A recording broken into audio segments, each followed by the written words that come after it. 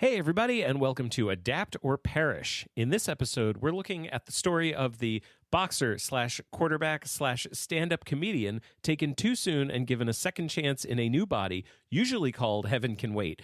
But before we step into the ring slash take the field slash walk up to the mic at the Apollo, let's talk about our next episodes. First, our next Adapt or Perish mini. And with this episode, it makes a Chris Rock double feature.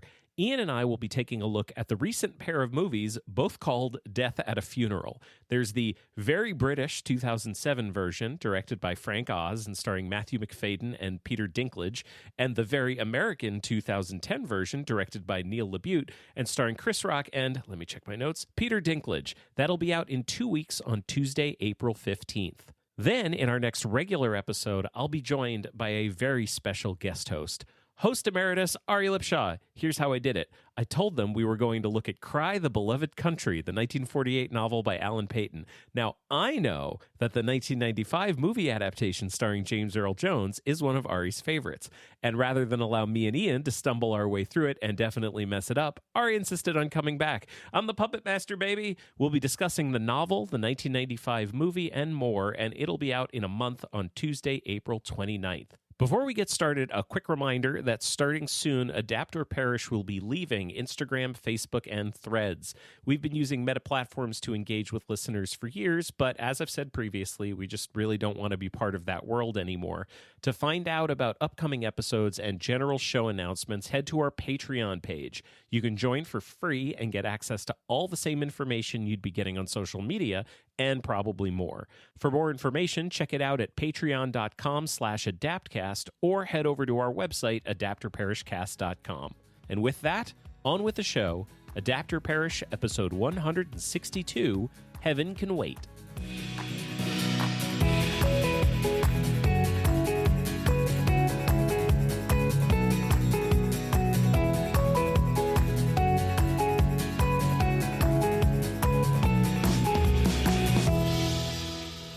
Hello and welcome to Adapt or Perish, a podcast about adaptation. I'm Jeremy Latour. And I'm Ian Averill. And today we're talking about Heaven Can Wait. Here's how confusing this one is. Oh, yeah.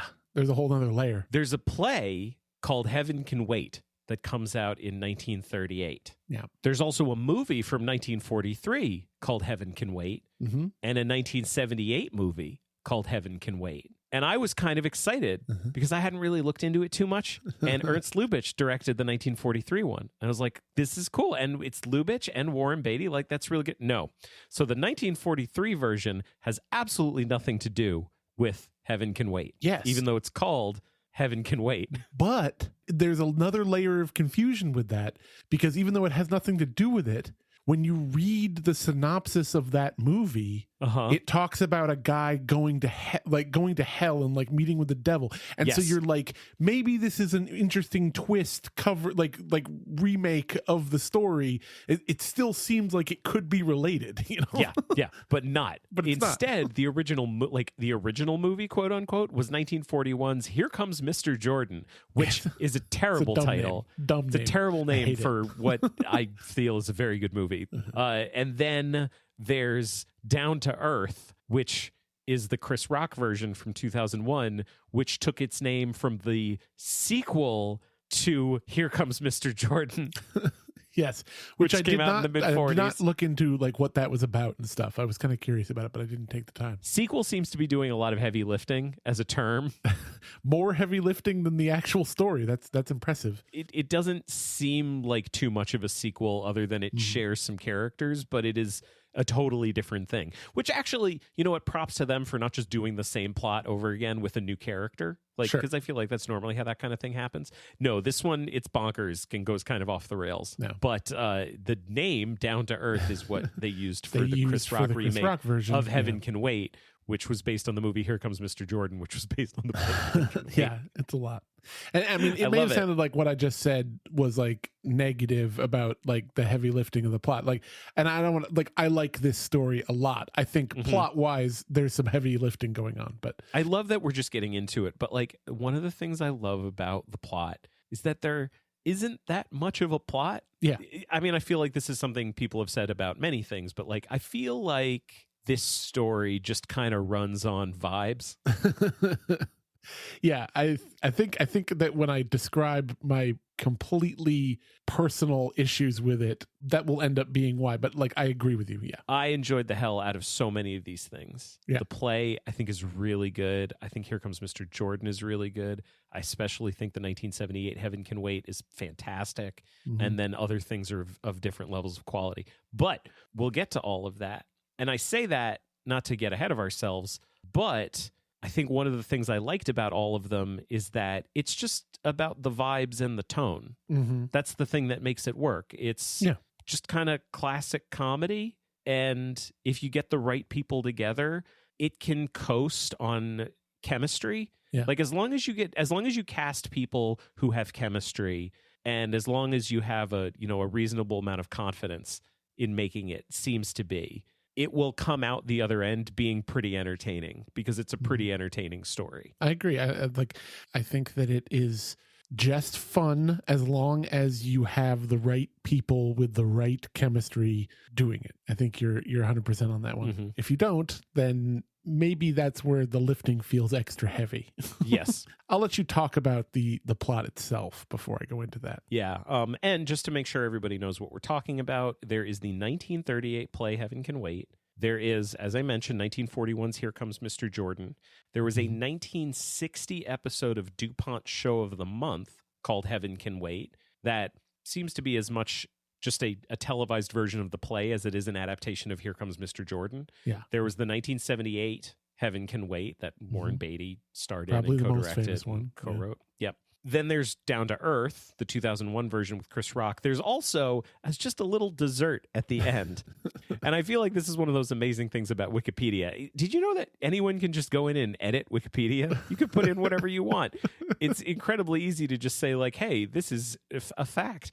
Like I feel like I've learned not to trust the adaptations section of any Wikipedia entry, because what ends up happening is there are going to be things listed that are absolutely adaptations, but then it can go off the rails. And if we're not careful, we'll end up looking at things that genuinely have nothing to do with it other than somebody decided that they're the same story. So we're going to go edit the Wikipedia page. And that led us to 2000's TV movie Ice Angel, also known as On Thin Ice, Going for the Gold. That will be the last one we talk about because Wikipedia said it was an adaptation of Heaven Can Wait, and we had the time to watch it. It kind of is, but it also kind of isn't. But we're going to save that one for last. What do you got for back of the play? Back of the program. Yeah. Joe Pendleton is a working-class boxer, an amateur aviator whose plane crashes in a freak accident. He finds himself in heaven, but is told by a wry angel named Mr. Jordan that his death was a clerical error and that he can return to Earth by entering the body of a corrupt and about to be murdered financier whose soul could use a transplant. I think that's a pretty good back of the program, back of the box, back of the book. That is the premise. Yep. I actually found an amazing plot synopsis. It's like the most economical plot synopsis I've ever found for an entire story, and I actually think I'm going to read through the entire thing, but maybe just as a way to talk about it and not just make people listen to a plot synopsis for a couple of minutes. But that's the back of the box. Harry Segall wrote this in 1938. It doesn't seem like it was widely performed. He also was working quite a bit for studios in Hollywood. He was doing a lot of work on screenplays. So I'm not sure how much of this was written specifically to be adapted later and how much of it was, I'm writing a play and it is a play. If Hollywood comes a-knocking, then I will answer the door. But that's not, I don't know. It doesn't seem like it was widely performed. Yeah. I mean, it works really well as a play. Like you can see how all the set pieces work, or the work well for stage. Like I would actually be interested to see a performance of this because it is a really fun play. But one of the interesting things that I love about it is that Here Comes Mr. Jordan, I think got nominated for a few Oscars. Harry Segall or Segall, I'm not totally sure. He ended up winning the Academy Award for Best Story, which is an Oscar that they do not give anymore and stopped giving after 1956. Yeah. So it was kind of hard to find the play. You can't really find performances of it.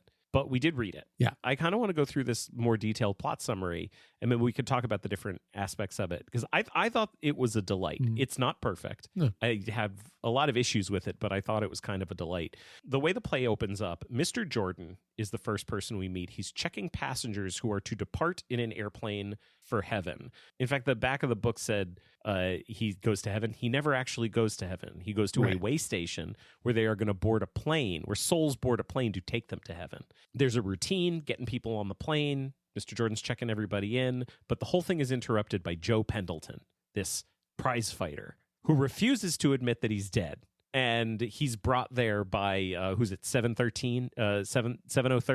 Yeah. Is that what it is? Or it's like, damn it, why don't we look up the thing? It's some combination of those numbers. Yeah, it's 7013. Okay. Yeah. So Pendleton is brought by Messenger 7013 or Escort 7013. These are all the little angels. They're never really called angels, but they're clearly angels. And what ended up happening was it's this guy's first day, and he sees that Joe's in a plane that's going down, and he just thinks there's no way he's going to make it. So I'm going to do the right thing. I'm going to pluck his soul out of his body, and I'm going to save this guy the hardship of having to die that way. Turns out this was a mistake, and Joe would have survived. And so now they can't find him on the list. He's not supposed to die for decades and decades. Now we've entered a classic customer service situation. Hold on. Can I ask you a question? Absolutely. This just occurred to me. How much do you think that just that little aspect of this story of the escort taking his soul out just before so that he wouldn't feel like that seems like it maybe it like supplied the entire concept for Brian Fuller's show Dead Like Me? Oh, a Dead Like Me reference. Fantastic. I don't know. It's just let's pull everybody in with some really universal references to shows that everybody saw. You can cut it out. I'm not going to cut it out because I think you're right. Okay. So as I say, classic customer service situation. Both of us have a lot of experience working retail. I don't know if this resonated with you as much as it did with me, but classic customer service. Like when you mess up, you want to do the right thing for the customer. And so Mr. Jordan takes over everything, and he says, okay, we got to get you back in your body. Messenger, go take him, put him back in his body. They leave the stage. They come back, both clearly concerned because dejected and concerned. He's been cremated. Mm-hmm. His manager, Levy, cremated him. He's got no body. So now Jordan's like, okay, now I really do have to take it over. So Jordan promises to find Joe another body. Joe is informed that there is a guy named Jonathan Farnsworth who has a perfect body for him to take. Mm-hmm. It's about to be available because he's about to be murdered by his wife and his like executive secretary. And the two of them are lovers. Yeah. Joe, I think, understandably, is like, fuck that. I don't want, nope, no. But then he meets Betty. Right. He doesn't meet Betty. He's present and non-corporeal while Betty walks in. Mm-hmm. And she is a young woman whose father is going to go to jail because of something that Farnsworth did. And only Farnsworth can fix it. And he's like, someone's got to help this girl. And Mr. Jordan's like, you can help her. He's like, okay, fine. So he takes over Farnsworth's body.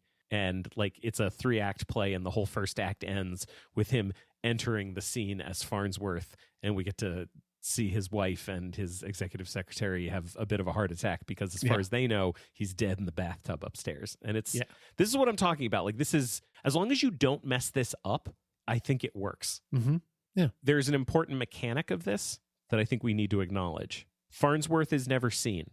The audience sees him as Joe. Right. And this holds true for almost all of the adaptations. Most of them. Even the ones where you get to see the body, they're doing it in a way where you're not really seeing him. Like it's like 3/4 profile or like just some kind of important shot so that you understand how what's happening and what he really looks like and it being ridiculous.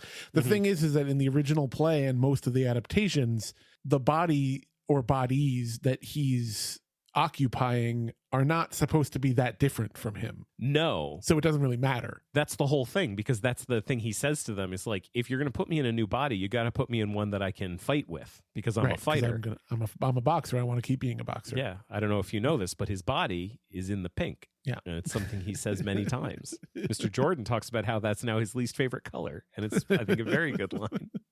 Yeah, it's great. So he comes in, and I love this one. The comedy begins when the pompous Farnsworth, quote unquote, unaccountably goes into training as a fighter. In addition, he decides to share his wealth and right the wrong he, quote unquote, he did to Betty Logan's father. And then Betty starts to fall in love with him. Yep.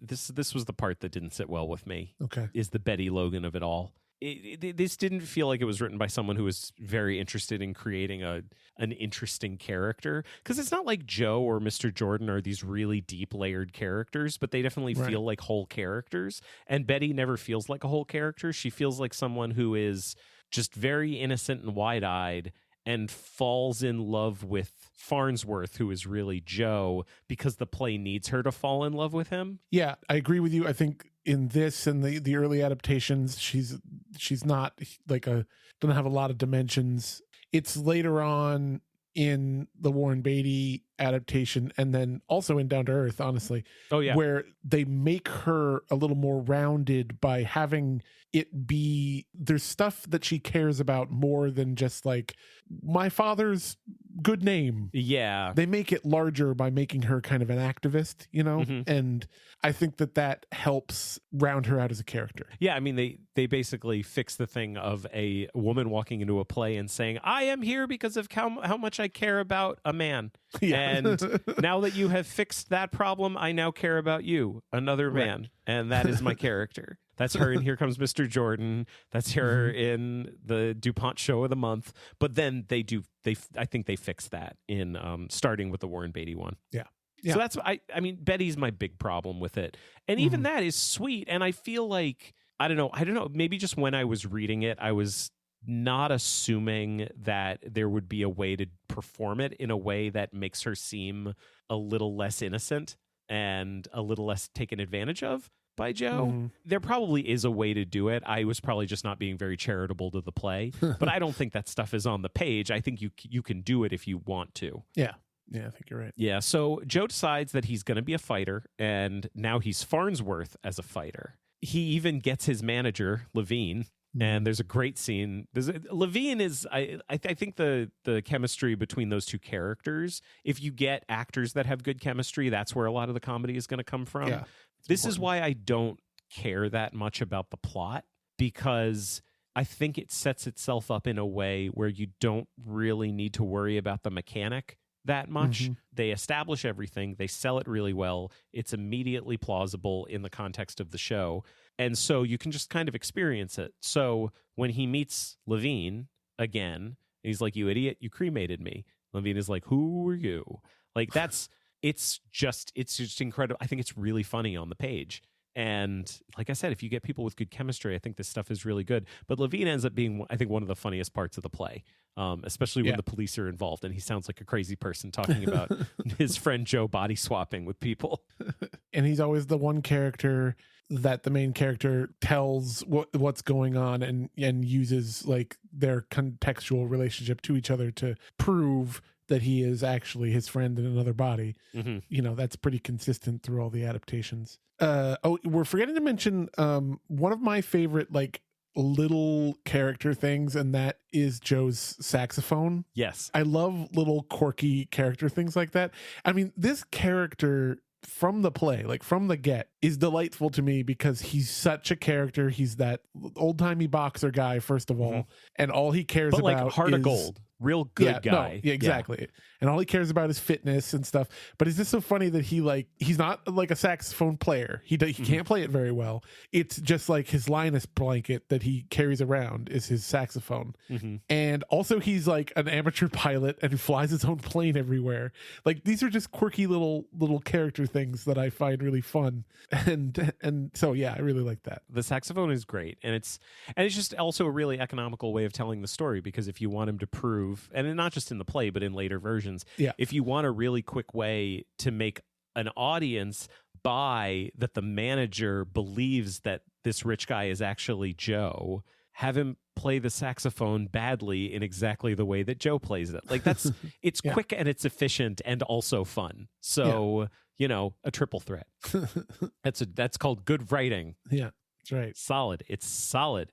So he gets Levine in to train him, and he gets back in shape. And the whole thing is that he's going to fight K.O. Murdoch, the champion that he always talks about, and he always talks about how much respect he has for him. Right about this time, just as Joe is about to get a chance to become a fighter and actually have a fight that Levine sets up, Mr. Jordan comes back. Oh, by the way, you already referenced how there was something in this that may have is somehow inspired a TV show that we like. How much of this do you think inspired Quantum Leap? Because just the basic mechanic of having your main character in someone else's body, but the audience sees them as that character. Yeah. Oh, by the way, they have an invisible friend who's there to help them through the situation and tell them things. There's typically an environmental aesthetic with like weird smoke machine stuff and like vague blank background.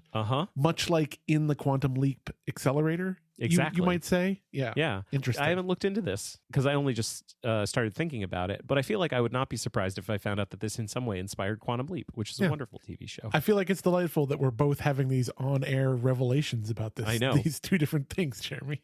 It's great. So they've got a fight set up.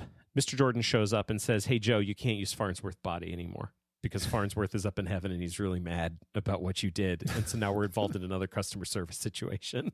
So we need to get you out. You have to remind me, what happens in the play? Oh, it's kind of running Does together Farnsworth for me, get shot? Like, is it the same as the adaptation where he gets shot by Tony? Or yeah, Tony, the executive secretary, because they do end up killing him in most of the adaptations. The thing that I do remember from the show is that they do have to pull him out. And while they're looking for another body, they are listening to a radio broadcast of a fight with the next fight that K.O. Murdoch is having with another fighter. And K.O. suddenly collapses in the middle of the fight. And Joe's like, wait, what happened to him? They're listening to this on the radio. And Jordan says, he's been shot, Joe. He was going to throw the fight, and he decided not to. So the gangsters shot him. He was going against the gangsters. So he basically says to him, kind of like the way he says, hey, if you get into Farnsworth's body, you can help Betty. Says, you know, you have so much respect for KO and you think he didn't deserve it. You could help him. You could be KO. That's a body. And he's like, fine. So they put him in and he wins the fight as KO. And then there's still, I like this quote, there are still problems to be straightened out when Joe really becomes Murdoch and loses memory of his previous existence, including Betty. Fortunately, they meet and fall in love again, and Mr. Jordan is free to head for the hereafter, his earthly task accomplished. I'm just reading that synopsis at this point. I am interested to hear how the end of all of these made you feel. Because just to be clear, the way the story always ends, in some form or another, is that Joe is now in this new body, and Mr. Jordan says to him, when I leave, you are going to be this person. You're not going to remember Joe Pendleton. You will be, in this case, K.O. Murdoch. And he leaves, and he has no memory, but he retains something. He's got, like, some memory. It's still his soul. Yeah. He's still got his soul. So, like, he still has a relationship with Levine, and when he meets Betty, they share a moment. Also, before he leaves, he tells Betty, like, hey, you know, a guy might come to you, even a fighter, and you see something in my eyes. You're going to see it in his eyes. When she meets Murdoch at the end, there is a moment where she's like, wait a second, something is weird. It's very lyrical and very poetic, and I don't know if it's terribly effective, but, like, it's very lyrical and poetic. But at the way the show ends is he is not Joe anymore. He does not remember that he is Joe, but he is with Betty and he is a boxer, which is what Joe wanted. Yeah. So this is where, and I'm going to preface by just saying my incredibly subjective view of this. And this is one of those things where I'm going to complain about the basic nitpicky stuff of a plot, and that is those nitpicks are completely missing the point.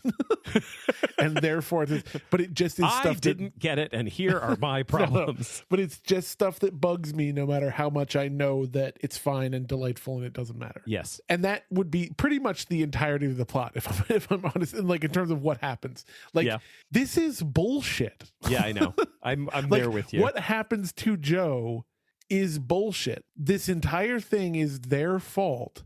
And then they don't tell him that at the end he's just going to be this person with that person's memories and not his. at the end of it all. So why are they doing any of this? And that's not even getting into the real nitpicky stuff of like it's friggin' angels. They can do whatever they want. They should be able to mess with time. Like okay, it should be. Yeah, they'll say that. This is where I knew you'd start to.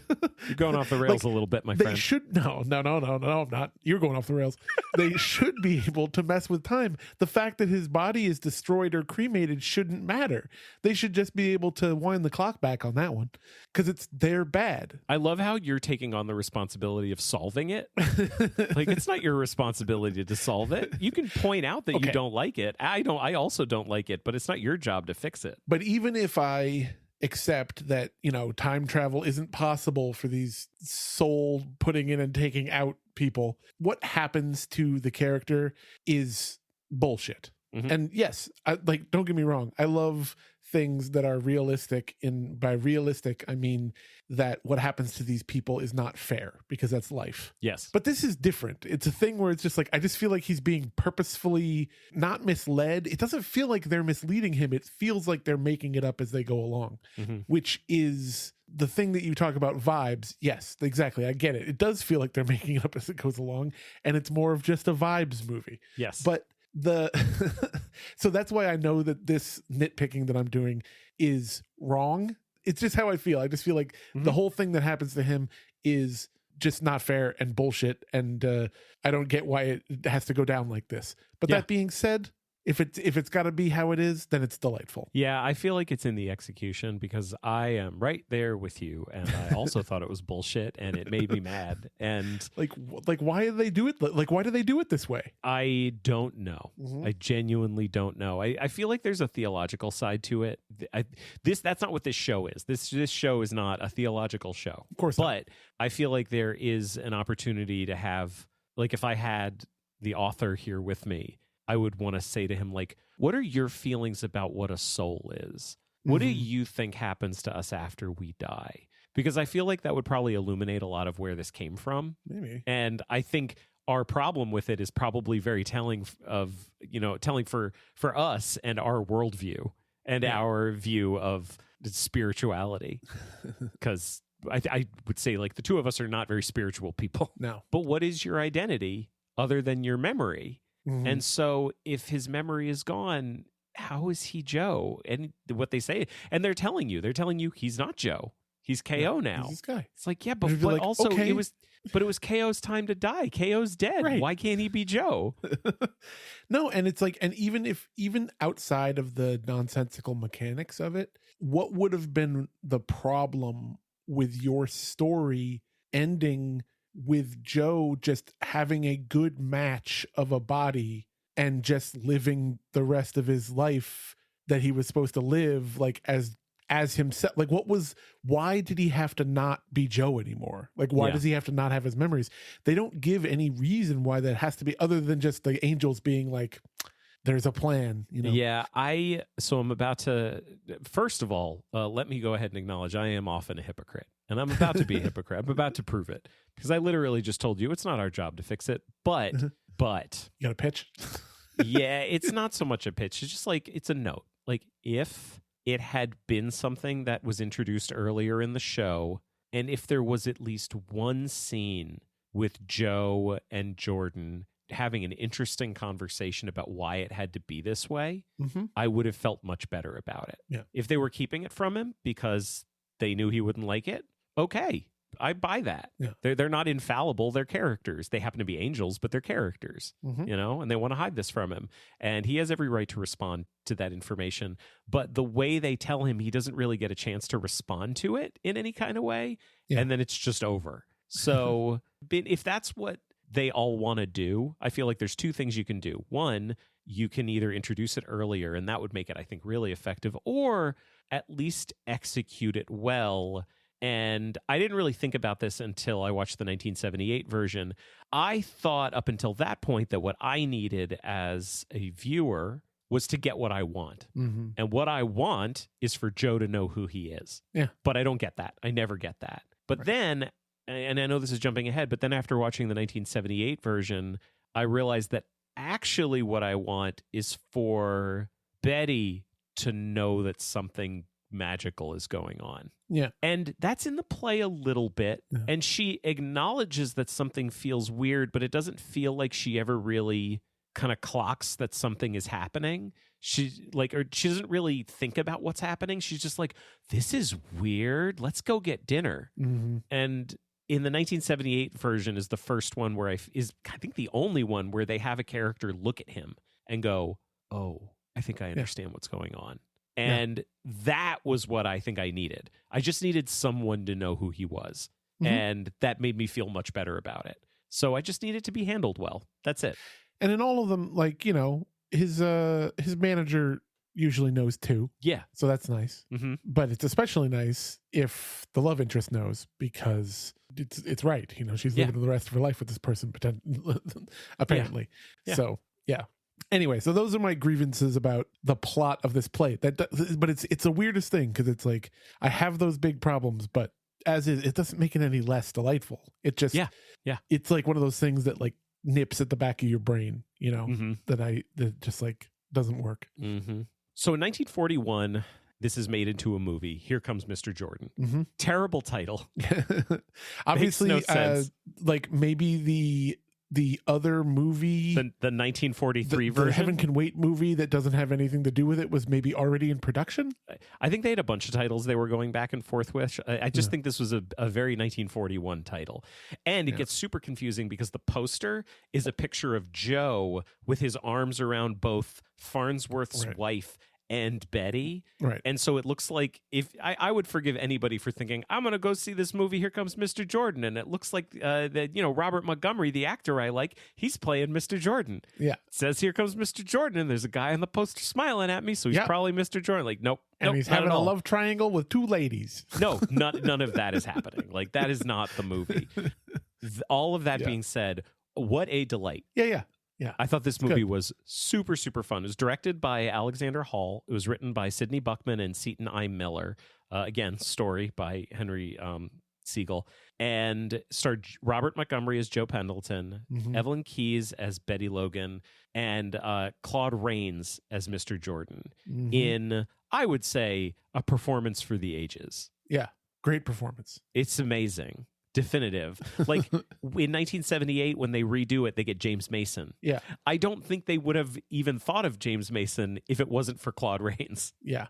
And it sounds crazy to say, like, it's like in the 78 one, it's James Mason. Yeah. And I didn't like it as much as this one. Like, specifically the performance of Jordan, you know, like mm-hmm. This one, perfect. Oh, Claude Rains is like, he's the biggest reason to see this movie, I think. Yeah. He's such an incredible presence. He so totally defines the character with this quiet confidence. Mm-hmm. This thing, you were talking about this before. It's like, are these angels just making everything up as they go? Yeah. But I don't know if you felt this way watching the movie, but like, I felt like Joe was in good hands the whole time. Yeah. Yeah. Like I as an audience member, trusted Mr. Jordan because he was so quiet, but so confident the entire time and so soft-spoken. Just such a delight to watch. Yeah. No, he's great. Montgomery's pretty good too. He's fine. Yeah, he does a good job. I think he's just marred by the fact that we like the next one better. So yeah, I think that's basically which is weird. I don't know. I think he does. It's a fine performance. Like I think it works for the kind of movie that they were trying to make, but I don't think it's a particularly memorable performance, which is an unfair way to characterize something. Yeah, like, oh, I'm sorry, I wasn't memorable enough for you. Like, was I good though? It's like, yeah, you were good. I just wish you were more memorable. I am such a dick.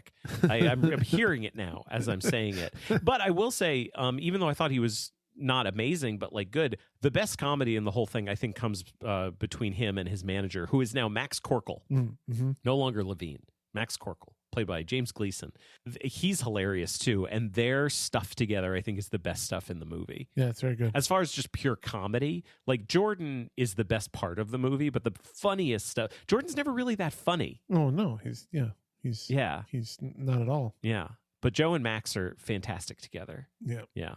I mean, we went through the plot. It follows the plot of the play so this closely. One and the next one are like almost, the plot wise are just the play. They're so similar.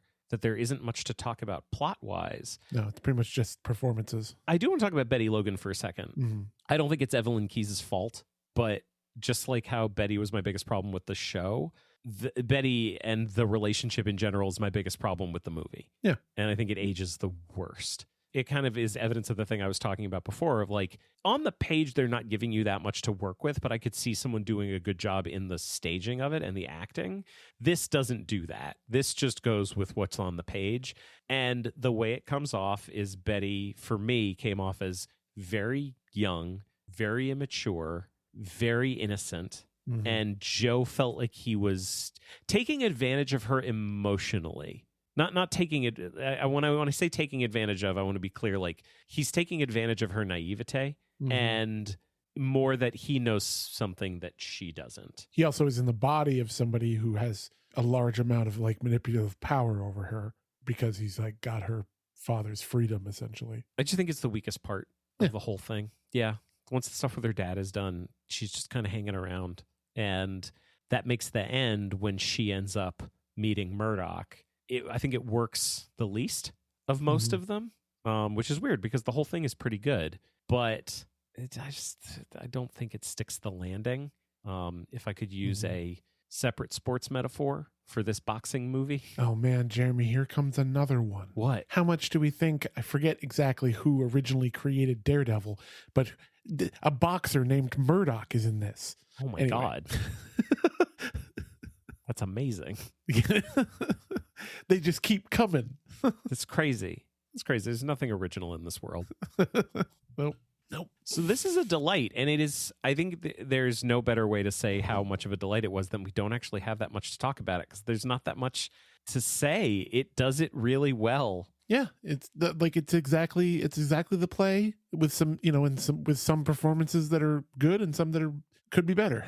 Oh, I do want to talk about one performance because there's a character we didn't really mention before, but because Farnsworth gets shot, and that's how Joe ends up having to leave Farnsworth's body. There's always a murder investigation, and the cop who's investigating is generally pretty funny. In this one, he's played by a guy named Donald McBride. I'm gonna get real specific for a second. He plays the manager of the hotel in the Marx Brothers movie Room Service, and that's a movie I've seen about a million times. And when he showed up in this, I was like, holy shit, it's the guy from Room Service. I always remember what he says. He always says jumping butterballs. Every time he gets mad, he says jumping butterballs. I didn't find out until today that Room Service, the play that it's based on, the original line that guy says, because he's kind of the antagonist for the whole thing. Every time in the movie that he says jumping butterballs, in the play, he says, "Oh, God damn." But they changed it to make it a Marx Brothers movie, which I love. That's delightful. This is going to be the most self-indulgent part of this episode. I just want to be clear. And I don't think anything else I'm going to say is more self-indulgent, but that is what I know him from, and he's great in this too. That actually reminds me. I totally forgot to mention it earlier. Wait, my sidebars are reminding you to bring up other sidebars? Yeah. At the very beginning of the movie, in the opening scene when they're boarding passengers onto the plane in heaven, the guy in the plane who looks up the information that they need, did you realize who it was? Yes, it's fucking Lloyd Bridges. It's goddamn Lloyd Bridges. It's amazing. He's so young. I know. He's so young and so pretty. Yep. Total delight. And then it gets weirder because in 1960... there was the episode of DuPont Show of the Month. There were a million of these. Show of the Month, Show of the Week. We're going to do an adaptation of a movie in a shorter amount of time. We're going to have lots of stars and presented by, a particular company, in this case, DuPont. I think we've definitely covered DuPont Show of the Month on the show before. I can't remember specifically which ones. This particular production was directed by Alex Segall. It was written by Jacqueline, Babbin, and Audrey Maas. Two things about it. One, it is more so an adaptation of the play than it is Here Comes Mr. Jordan. Like, it never says based on the movie Here Comes Mr. Jordan or based on the screenplay for Here Comes Mr. Jordan. It's all based on the play Heaven Can Wait by Henry Segal or Segal. The other part of it is I think the cast is better in this one. And despite the fact that it is cheap and poorly produced. Yeah, production value is much less. But guess what? It works. It totally works. Joe is Tony Franciosa, mm-hmm. and Levine is Joey Bishop. So it has a real like Rat Pack vibe to it. Yeah. That works. It is delightful. Tony Franciosa is amazing. Tony Franciosa's performance in this is everything I wanted Robert Montgomery's performance to be. Like everything Robert Montgomery does, Tony Franciosa does, but I think just a little bit better. Like he's kind of wide-eyed and innocent, and Tony Franciosa is really wide-eyed and really innocent. Even though it's a production for TV, he's playing it like a theatrical production, and he's playing it like he's playing to the back row. It's a very big performance, but it's a really, really fun, consistent performance. Yeah. Tony Franciosa is so much fun to watch. He kills it, absolutely kills it. Agreed. It's fantastic. And Joey Bishop, Tony Franciosa is overacting, sure, but he's so good and he's so compelling. Joey Bishop is kind of wooden and trips over his lines more than you'd like. Yeah. But he's also so good and so compelling. Right. Because like they just work so well together. Yeah, and Joey Bishop just has charisma. Yeah. And I'm not saying he's a good actor, but he's got charisma and it works for the character. Yes. Yeah. And the two of them together are so good. When he finally figures out that Farnsworth is Joe, when Joe finally convinces him, it's beautiful. Like, it's really beautiful in a way that I didn't necessarily feel like in Here Comes Mr. Jordan. I felt like these were two friends being reunited. And it was just, it was lovely. Lovely to watch. Yeah. Yep. No, it was a good one. Here's another interesting casting note. Wally Cox plays Messenger 7013. He's the one who pulls him out. Did his voice sound familiar to you? This little, little nerdy guy? What are you about to rock my brain with? He's Underdog. Wow. Yep. Damn. Okay. Yeah. I knew it sounded familiar. Yep. And he did lots of cartoon voices and stuff like that. But like Underdog. Yeah, I did too. Like he looks like the kind of person who would end up playing nerdy and funny sounding characters in animation. Well, he's just like, I feel like nowadays the world of voice acting is incredibly varied. Many different types of people all doing incredible voice acting work of different kinds. Back in those days, I feel like every voice actor just looked like that guy. Yeah. He's like, he's just what I imagine that like the voice actor for like Piglet looked like, you know? Sure. Yep. You know, so like, but yeah, that makes sense. Here's another piece of good casting. Robert Morley as Mr. Jordan. Now, he's not like sublime, right? The way Claude Rains yeah. Or he's not even particularly great the way like James Mason is, but Robert Morley is the kind of guy. He's a hey, it's that guy. We just talked about him because he was in 2 versions of Around the World in 80 Days. Yeah. And yeah. I like that he's kind of got these back-to-back appearances because he's very good and is like I said, he's a hey, it's that guy, just a large British actor. And he does a really good job as Mr. Jordan. I enjoy the performance, even if he's not like the best version of the character I've ever seen. But he's not phoning it in. That's the thing. It's like all of the characters, they're either the best version of the character so far, like Tony Franciosa, or they're just doing a real good job. And that kind of adds up to something really good.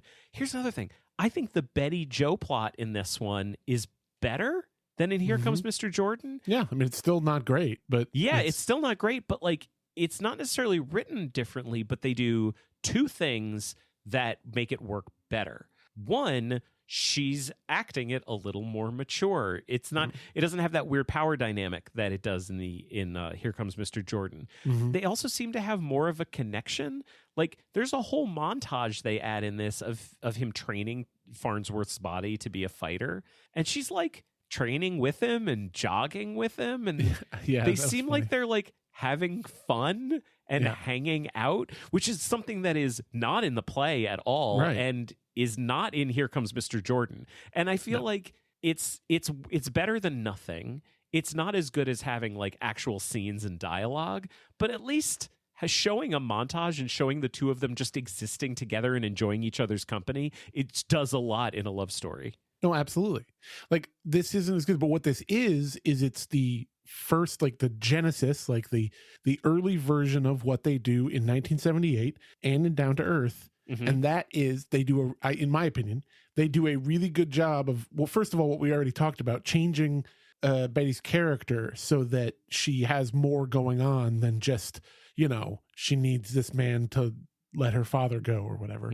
But also they go to lengths to show, like, as realistically as they can, her falling in love with this person, like as realistically as I can for this weird movie. Can I just offer a different word? Sure. Plausibly. Yes. Plausibly falling in love. Yeah. Yeah. And I think they go to lengths in both the Warren Beatty one and in Down to Earth Down to Earth is another story, which we will get to. Yes. But like it says, I feel like I've been saying all these positive things about Down to Earth throughout the episode so far. Well, I have spoiler alert, I have very positive feelings about Down to Earth, but it is bad. But but honestly, but Regina King is not bad. Regina King is great. And her version of this character is, I think, one of the best ones. Yeah. That's just me. I was thinking about this before, that like there's two ways that you can make Betty better. You can either commit to the play's version of the character, which is that her reason for being there is because she's trying to save her father. And you can do your best within that context to make her feel like she has agency and make her feel like a rounded character. Or you could just throw her dad out, like we were talking about before, and give her a whole different reason for being there. Right. That is not just, I gotta save my dad. You have to help me save my daddy, which is kind of what she sounds like. And this is doing the first thing. Yeah. It's still doing it within the context of the show, but it's making it work better. Right. Whereas in the next one and after, like they just throw it out and just completely rewrite it. Just doing something as simple as showing them doing stuff together. And people have when I say I mean the audience. Like people have an innate understanding that sometimes that's all that's necessary to form an actual emotional connection with somebody, is like spending time and doing fun things with them. Yeah. It's like, sure, it's still unlikely, but it adds a plausibility to it just with that simple thing. So it's pretty cool. Yeah, it's real cool. This one's worth watching. Yeah. But then we get to 1978. Yeah. This is the big one. The big boy. Yeah. What a movie. I had never seen it before. I'd seen like bits and pieces of it. Yeah. Everybody get ready for me to say Warren Beatty's name many times. I had never seen it either. What's hilarious, and I mean, I'll get to this a lot more when we talk about Down to Earth, but like I watched Down to Earth a bunch of times when I was a kid because like we had a VHS copy, or maybe it was on TV, like HBO a lot or something. Yeah. I watched it a bunch of times, and then I think like the one time my parents ever like watched it with me because they just happened to be in the room.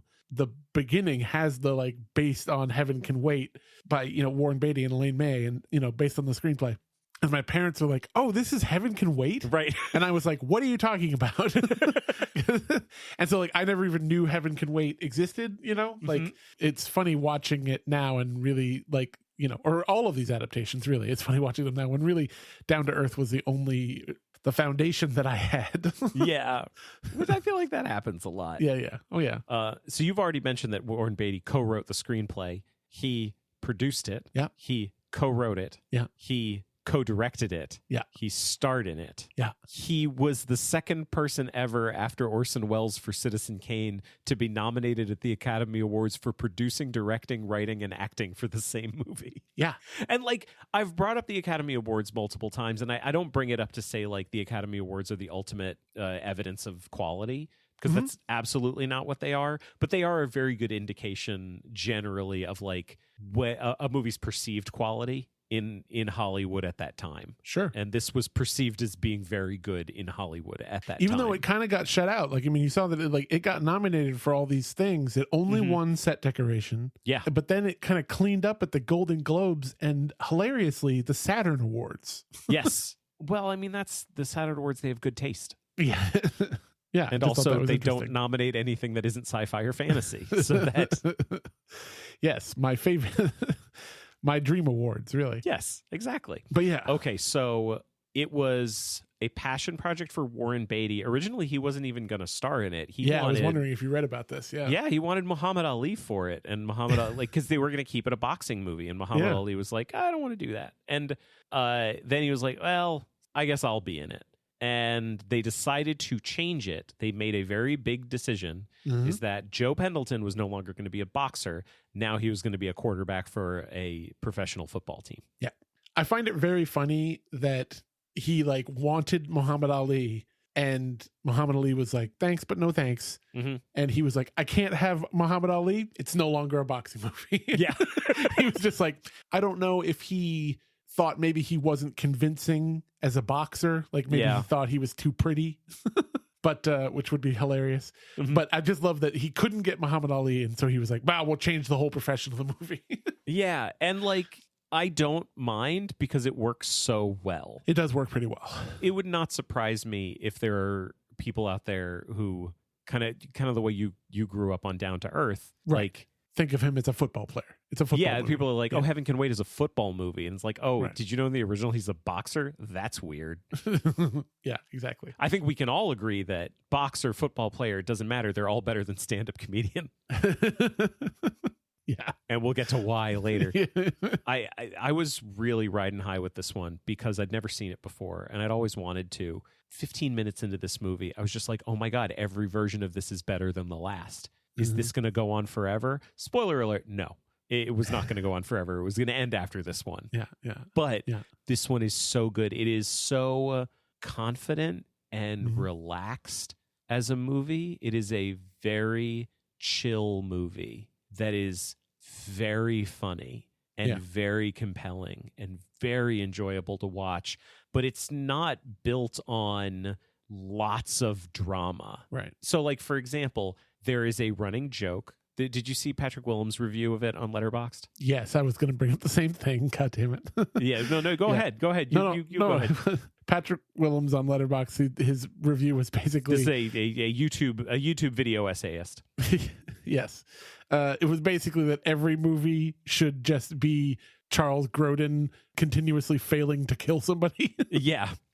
Charles Grodin is basically he's the Wile E. Coyote of this movie. Right. They've made a very smart decision, which is we're going to have Tony Abbott, the executive secretary, not just try to kill Farnsworth twice. We're going to have it happen a number of times. Yeah. And it is always funny and in ways that I don't want to spoil. It's very good. I want to talk about the screenplay. Okay. You mentioned already co-written by Warren Beatty and Elaine May.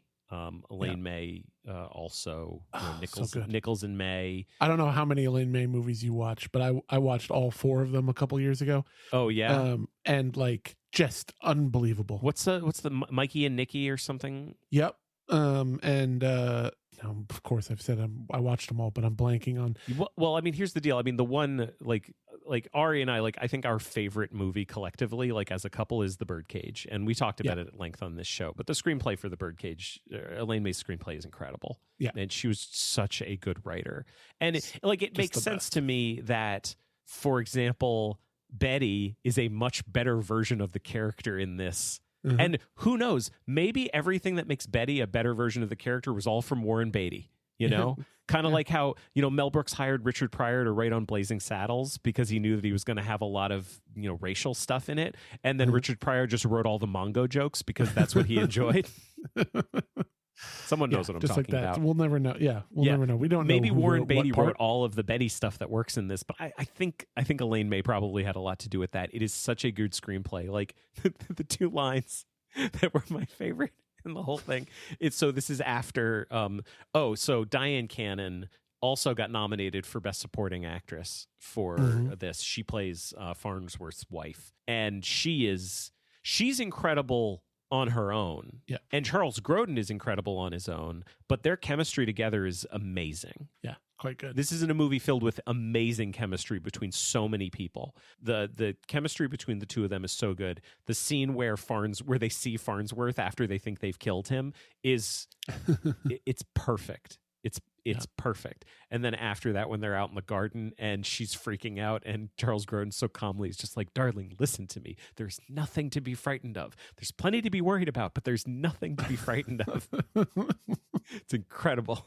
The screenplay is so good. Yeah. I saw so many of the things that they were doing. So like they add a lot of stuff, but they add stuff in really smart ways. So there's a lot of football stuff that they add, and the football stuff all sounds very plausible, and it's really fun to watch. They set up some really fun things between Joe and Max Corkle, so now Max is one of the coaches on the team for the Los Angeles Rams. And so the movie starts, Joe is one of the backup quarterbacks, and what they've decided at the beginning is that he's going to start at the next game, and his big goal is to play in the Super Bowl, to get the Rams to the Super Bowl and play and be quarterback in the Super Bowl, which like I think is a very good match, a very good adaptation of a boxer who wants to be like the heavyweight champion, that kind of thing. I feel like that's the kind of a 1-to-1. Yeah. And so he's got this really good relationship with Max. And there's a thing that I'm sure you caught it at the beginning where like he's the only one who knows how to crack Max's neck in the right way that makes his back feel better. Right. And when they did that, it's really funny. Like it's a really Jack Warden plays Max also, and he's he's incredible. He's unbelievable. And like Warren Beatty and Jack Warden are so funny together, and it's a really funny moment. But also, like, did you also watch that going like, well, that's how he's going to convince him that he's Farnsworth? Yeah, I certainly thought that way. Yeah, and he did, and that's just like, so it's the kind of writing that this I think speaks to it being confident and relaxed. Like it's the kind of movie that's like, yeah, we put that in there. Yeah, we're going to bring it up later. It's obviously we're going to bring it up later. It's like everyone always talks about Chekhov's gun. Yeah, but I feel like the whole idea behind that is that there's an inherent tension to it, right? And that there's an implication that there's this rising tension. This is much more. This is like the chillest version of Chekhov's gun ever. It's like, hey, we showed you this thing. It's going to come back later. Yeah, it'll definitely come back later. But don't you worry. It's delightful now, and it's going to be delightful later. Screenplay people should definitely come up with a different term for the Chekhov's gun that is like the thing that is nice and not sinister. Yes, there should be a different term for that. Right. I don't know what it is, but I don't know. But yeah. I mean, here's the deal. I'll do something that has worked for us before. I'll ask our audience to think of something. Okay. Because the last time we did that, we wanted to know what the opposite of a red herring was, and one of our listeners told us that it was a Blue's Clue, which is still one of the best things I've ever heard, and I'm mad I didn't think of it. Yeah, and just want to. So you just want to walk into the ocean when you hear something like that. Yep. What is the nice version of Chekhov's gun? See, if Ari was here, Ari would help us with this a lot. Totally. And I'm sure when Ari listens to it, Ari's going to tell us. Just so everybody knows, peek behind the curtain, the way we do this is like we always, we record it, and then I edit it, and then I send it to Ian and Ari to listen to check it out, to make sure it's okay. And generally, there is a group text of Ari telling us all the ways that we are dumb. And the things that we missed. And most of them are things that we can't change, so we just have to be like, we're dumb. Yep. You're right, but we're not changing it. I just want everyone to know that is our experience every episode. Yeah. So rest easy, everybody. Yep. What I'm saying is the script is really good. Changing it to football works really well. Here's another thing. It's crazy. Little sidebar here. In each version, Joe is told that his death was a mistake. Yeah. And that he's not due for decades, and they always give a date that is like crazy off in the future. And in 1978, when they made this movie, they thought, what date could we have? How about March 20th, 2025? It's March 18th of 2025 right now. Yeah, I know. It's kind of nuts. Like if Thursday night wasn't going to actually be pretty busy for me, I was going to ask you if you wanted to record that night in honor of Joe Pendleton. Just to make it perfect. It's insane. Yeah. Just what amazing coincidence. Can I talk a little bit more about chemistry? Yeah, sure. Yeah, so I mentioned Charles Grodin and Dyan Cannon. It's one of those fun movies where it just felt like everyone who was involved at every level was involved at every level. So, for example, Warren Beatty, I already mentioned, he had a lot of jobs in this one. Buck Henry, who co-directed it with Warren Beatty, also plays the angel that takes him out of his body. And their chemistry on screen is fantastic. And it's just so fun to watch scenes where it's the two of them in an empty studio that's just filled with 2 feet of smoke. Oh yeah, that's something I was going to say. This is my favorite depiction of heaven in all of the. But again, it's not heaven. Or it's not, not, but heaven and or the the ethereal plane. Yeah, would you say exactly? It just like with the smoke, it just and the smoke machine style stuff. It just looks so cool when they're walking up. I can't think of many other movies I've seen where there are only 2 actors on screen for an entire scene, and they are the co-directors of the movie. Yeah, that's a good point. Like, I'm trying to think of any other version of that, and I can't think of anything. But they're incredible together. Buck Henry is so funny. No, they're very good. And so I just want to say a little thing. I mean, obviously, I've seen Warren Beatty and things, but I've got Warren Beatty's kind of a big blind spot for me. Yeah. I feel like for a lot of people our age, kind of for most of my life, my only exposure to Warren Beatty was Dick Tracy and then Bulworth. Yes, Bulworth. Yes, Dick Tracy. Yeah. I've seen Bulworth, and then it was only in recent years that I even went back real old and watched Bonnie and Clyde and stuff. But which is good, of course. Sure. But the meat of his 70s output is kind of a big blind spot for me. I've never seen the Parallax View or anything like that. I've never seen McCabe and Mrs. Miller, and that always kills me. And those are big ones. It's been on my list forever. Wait, is a Robert Altman movie with Warren Beatty and Julie Christie? And I've never seen it. Nope, haven't seen it. Yeah. No, and I will eventually, But anyway, this era of him has kind of been a blind spot for me. This movie, man, really, it seems like it's a real distillation of Beatty as movie star. Yeah. Persona. His persona in general, his movie star persona is so weird. And I don't mean that in a bad way. It's it's unique. Yeah. And whenever I watch watching stuff like this is it's always constantly kind of surprising to me in a good way. I never know. I'm just this is what this is, huh? This is fascinating. Yeah. He's very charming, but he's also just not what you are kind of expecting from a leading person. I don't know. He's not a very forceful leading man in this version. He's not aggressive and masculine or anything like that. Right. Which is hilarious because he's a football quarterback. Yeah. And also I think he's affected a very particular walk for this character that is very in your face and masculine, but he kind of runs everywhere too. Yeah.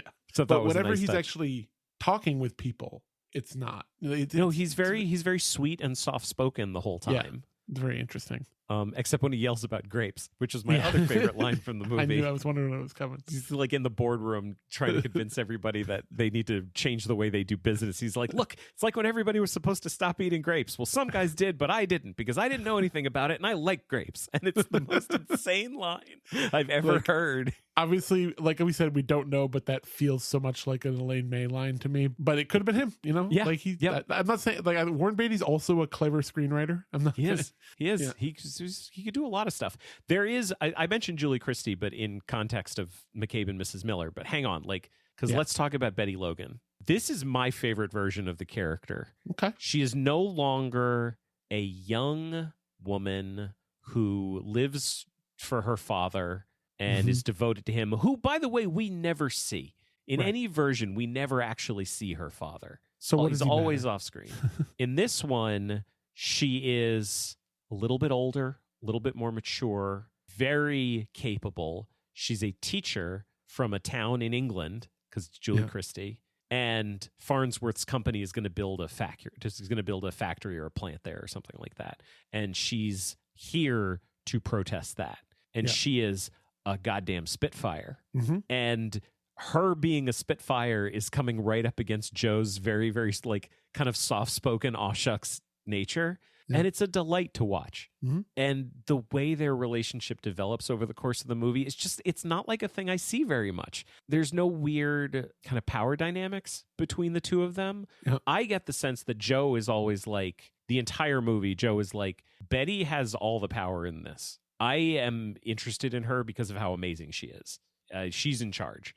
And then it sets up this weird kind of subversion for her because she looks at Farnsworth as this guy who acts like he has a lot of power, but he's not acting that way because she doesn't know, but it's Joe. Like, I'm just saying there are levels to it that I think are more interesting and more fun to watch than in any of the other versions. 100% agree. This, I mean, we already talked about how this is like the first real step to her. Not even the step. The last one was a step. This one is the full, like, her character being so much better. Yeah. And so much more interesting. And this is the one that I think does the ending the best too, which I was kind of talking about before, because I just think they make the end work. And a huge part of that is Julie Christie. Yes. Because she seems to me to be very aware of something magical happening. Yeah. Because before Tony finally kills Farnsworth. By shooting him into a well. Yep. It's really good too, because he shoots him into the well, but then Joe climbs out with his saxophone in his like warm up, in his like gray sweats and gray hoodie that he wears in heaven. Like it works really, really well. But before that, he has the scene that always happens where Farnsworth is talking to Betty and saying like, "Hey, he knows he's not going to be able to be in this body for much longer." And he's like, "Hey, you might meet someone." In the other versions, like you might meet a guy. He might even be a fighter, but you're going to see something in his eyes, and he's, give him a chance. That's it. Just give him a chance. Mm-hmm. In this one, he says to her, like, you're going to meet some guy. He may even be a quarterback, and you're going to see something. And at the end, she meets the quarterback. It's actually, and this is also really well written. I really love this part too, because in the play and the other versions, he takes over the Murdoch, who's this other fighter who's mentioned, but he doesn't really have a relationship with Murdoch. Mm-hmm. And you find out at the end that Murdoch like had heard of Joe Pendleton, but they didn't really have a relationship. Right. In this one, they do a smart thing by like at the beginning, he's the backup quarterback for the Rams.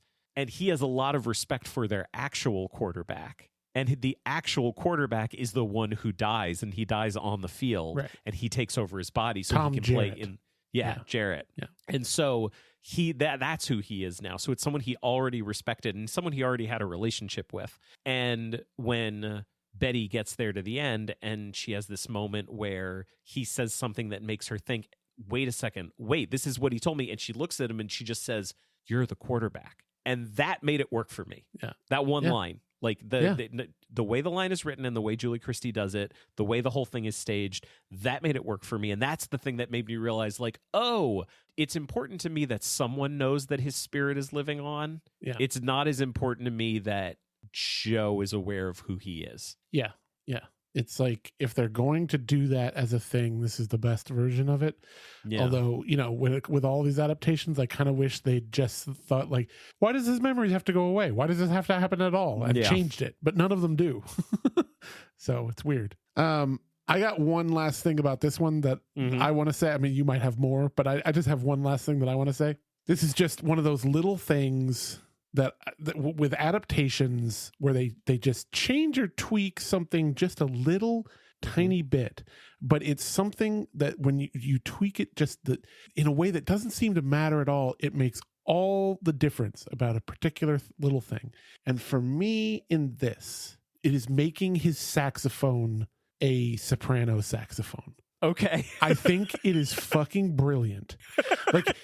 And here's why. I already love the saxophone thing. Yes. But this turns it into so much more of a usable prop. It's sleeked down. Like in all the other adaptations, and like the play, it's an alto saxophone. It's your classic idea of a saxophone. It's bent. It's double belled. I played saxophone in band in high school. In this one, it's a soprano saxophone, which is like if a saxophone and a clarinet or like had a baby. Mm-hmm. Like it's just one long horn. It makes his whole look so much cleaner, and his like the gray sweats with holding the soprano saxophone is such a great image. It's just a beautiful look. There's this shot at the end of the movie when Corkle doesn't know that he's lost his memory and is just Tom Jarrett now, where the saxophone is sitting alone on a bench, like in the locker room with like with like a heavenly like spotlight on it, pretty much. Some very cool lighting. And it's just like, it's beautiful. That's like, I almost interrupted you, but I figured you were going to say it. But like, you can't do that with a regular saxophone. Yeah, but with you can't stand by itself. Yeah, it just can't stand up. But this kind can, and it just makes it. You're 100% right. It's such a better prop, and that stuff matters so much. Yep. The usability and the aesthetics of the prop. I mean, not like it doesn't work in the two black and white ones, like with him walking holding the saxophone in heaven and stuff is cool. Yes, like it's not a bad image. This is just so much better of an image. That exemplifies so much of what makes this movie great. Yeah. Before we move on, can I mention two members of the cast? Please. One is someone we mentioned him before, but we haven't really talked about him, which is James Mason. Mm-hmm. Yep. He's really good. He's James Mason. Mason. He's good. He's James Mason. Yeah. I don't have much to say because he says stuff in that James Mason voice. Yeah. Like if you're going to go for this generation's Claude Rains, James Mason is a pretty good shot, you know? Yeah. And I genuinely don't have much to say because he's James Mason and he does a good job as James Mason does. Yeah. Yep. Ditto. But I really want to mention Arthur Mallet. Do you know Arthur Mallet? I don't think so. He plays one of the many butlers in Farnsworth's mansion. Oh, wait. I know what you're going to say. He's Toodles in Hook. Yeah. I noticed him obviously then, but I like in that scene, I didn't notice him until that one scene where he's talking, and I had no idea like who he was in the relation of the thing. I was just like, oh, that's just a group of guys. And then I was like, but hey, look, it's Toodles from Hook. Yep. Friend of the pod. Yeah. Nice. Arthur Mallet, come on down. Yeah. Come on in, buddy. Yep. You've been a, hey, it's that guy in so many things, and now you're a friend of the pod. So that's pretty fun. Delightful. What a good movie. So then there's one more like real adaptation before we get to Ice Angel, and that's 2001's Down to Earth. Yes. It was directed by Chris Weitz and Paul Weitz, who were coming off of American Pie. Yeah. But they hadn't yet done About a Boy. Yeah. Because what did Chris Weitz? He did one of the Twilight movies, didn't he? Yeah, he did New Moon. That's crazy.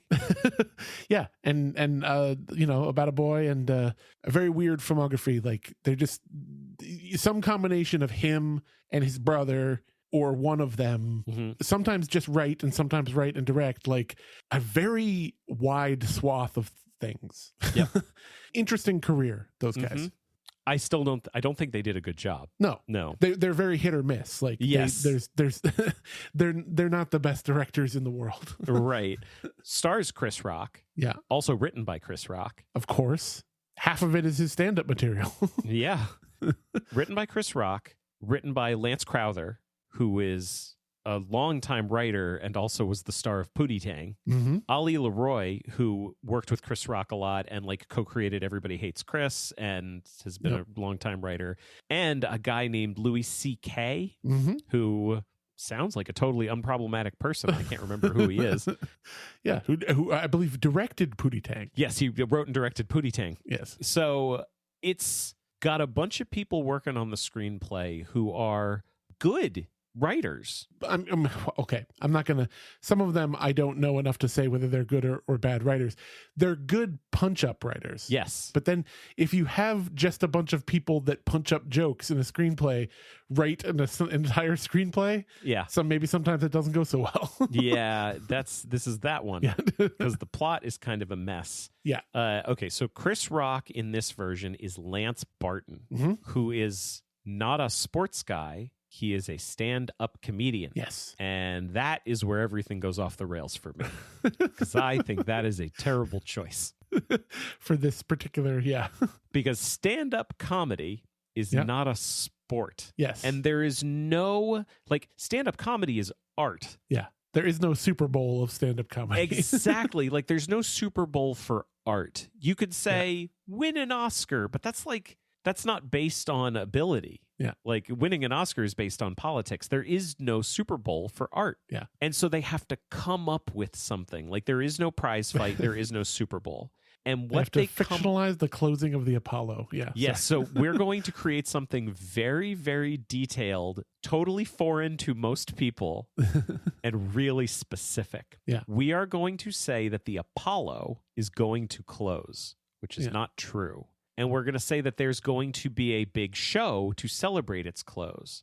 And because I could see someone saying, like, the Apollo is going to close. Like, oh, okay, well, he's a comedian, so he needs to perform before it closes. Yeah, well, there's going to be a big show. Oh, and he wants to headline the closing show at the Apollo. No, because he's an amateur. So they're going to have, like, one amateur. They're going to, like, pick an amateur to do it. Like, no, they're going to have 5 slots for amateurs. Yeah. And he wants one of those slots.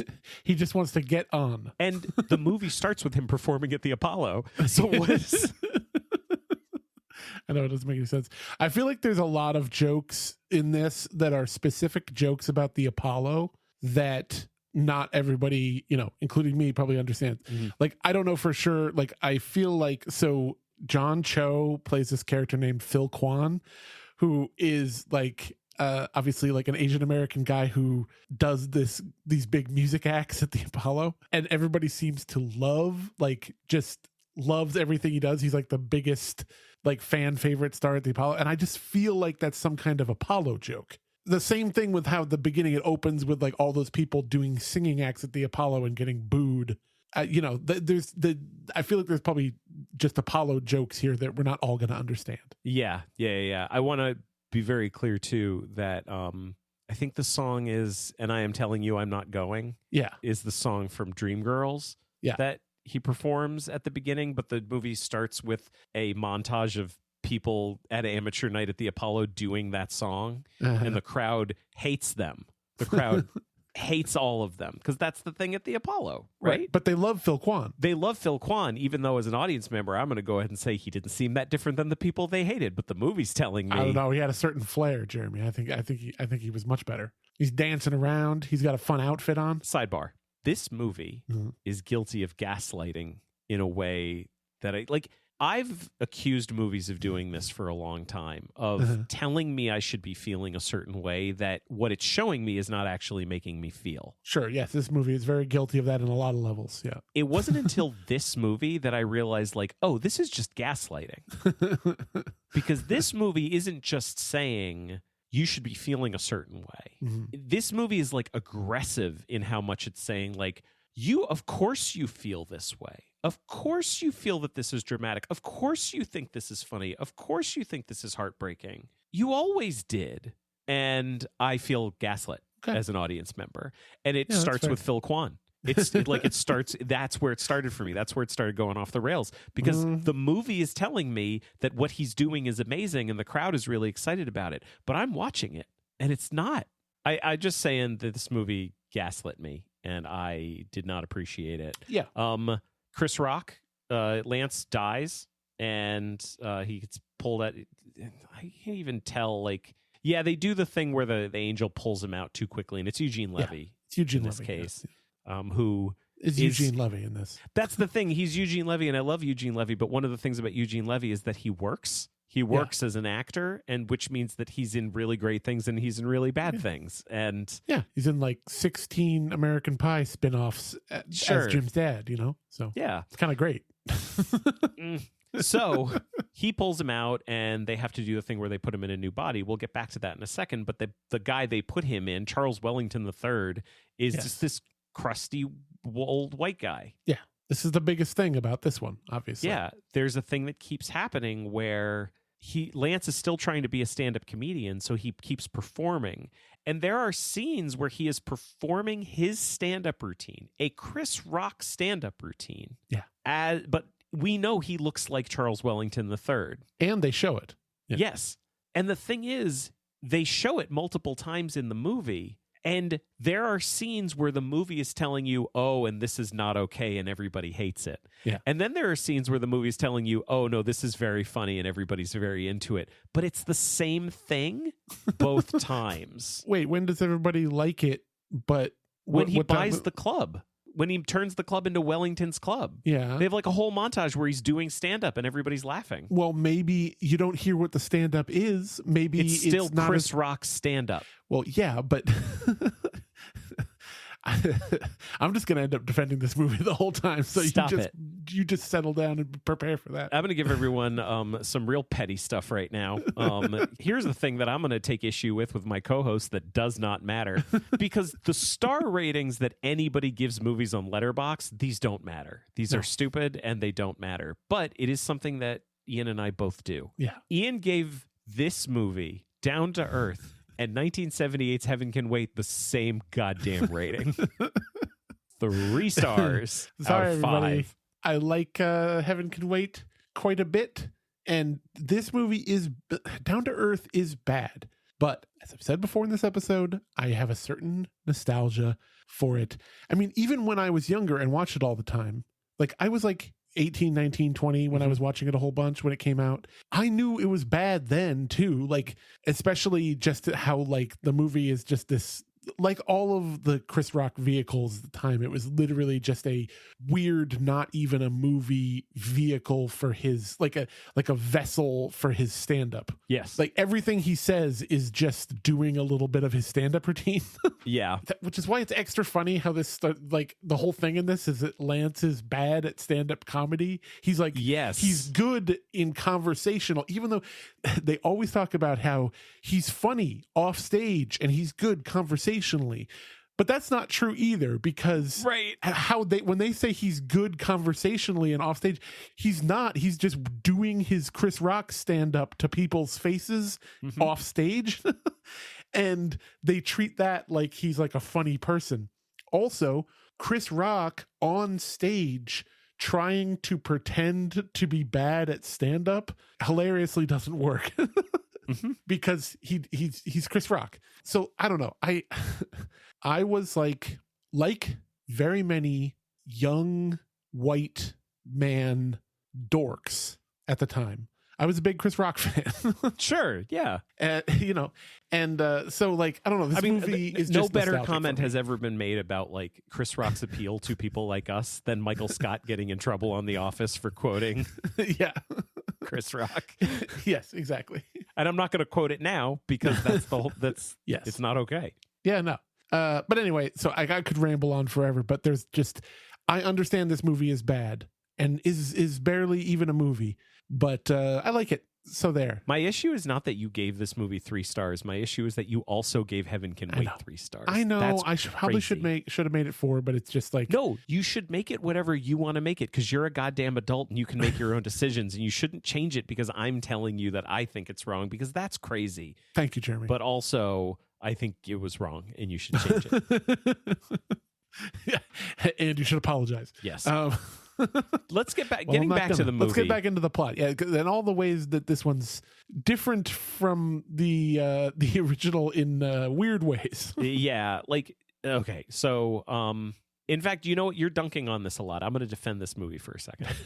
Some parts of it are pretty okay.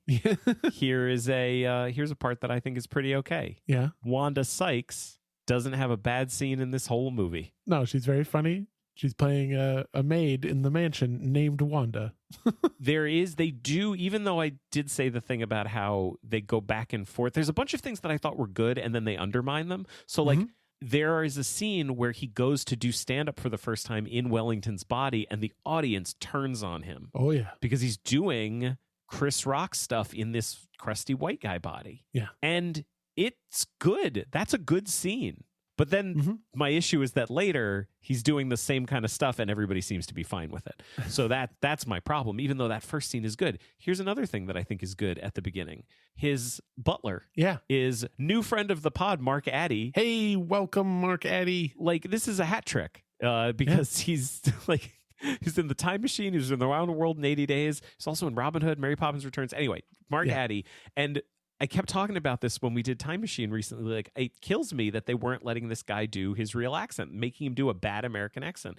And in this one, he's doing a very posh British accent, which is not his real accent, but like he can do a posh British accent perfectly. And I was so excited because he suddenly became a friend of the pod. He was doing his real accent. And then they do a whole thing where it turns out he's doing a fake British accent and really he's an American guy. Yeah. He's from Scarsdale. And they make him do his American accent. and it's such a bad American accent. And it feels so unfair to this poor man that the only roles he could get in 2001 and 2002 were forcing him to do an American accent. It makes me sad. Nah, you're wrong. He's delightful. He is delightful. He's great. He's more delightful when he's doing a British accent.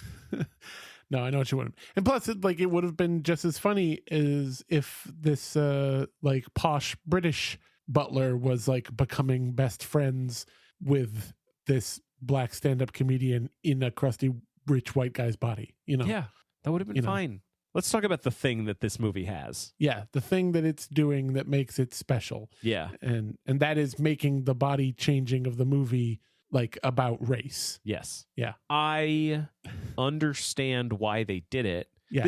I feel like this goes along with what you were saying before. It's like these guys do punch up. Yeah. But they don't necessarily write scripts. Yeah. And this feels like punch up. This feels like, hey, here's a funny thing. Yeah. And they're right. It feels like an obvious thing to do.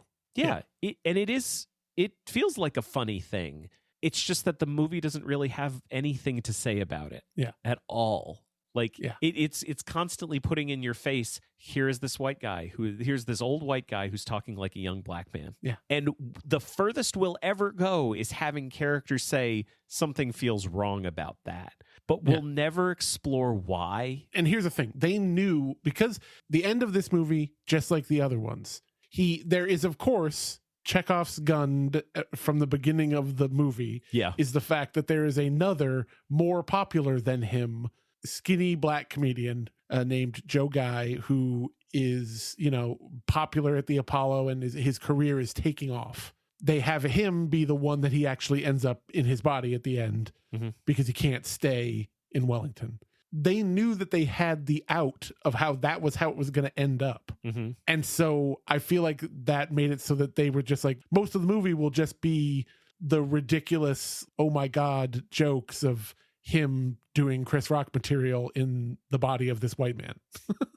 So I'm like, I agree with you that it's that's all it is. But I think it's mainly just because they knew they had the out of he was just going to like go into the body of somebody very similar to him. Yeah, but that doesn't make it okay for me. No. And I'm not saying it makes it okay. Yeah, I'm just saying that I think that was probably their mindset. It just the only thing that makes me want to talk about is, even though we're talking about the race thing in it, I guess my big thing about it is, as you say, it's the thing that makes the movie special. Mm-hmm. And I feel like it should be the thing that makes the movie special and interesting. Right. But instead, it's just the thing that makes the movie special. Yeah. And it's not interesting at all. All it does is it makes me want to talk about other stuff. So I'm going to talk about other stuff. Okay. I want to go back to stand-up comedy and how it's not sports. But it has to do with him taking over Joe's body at the end. Yeah. It's also cute that they named the guy he takes over Joe. Yeah. A boxer, yes, you can definitely say like boxers have different styles and boxers fight differently.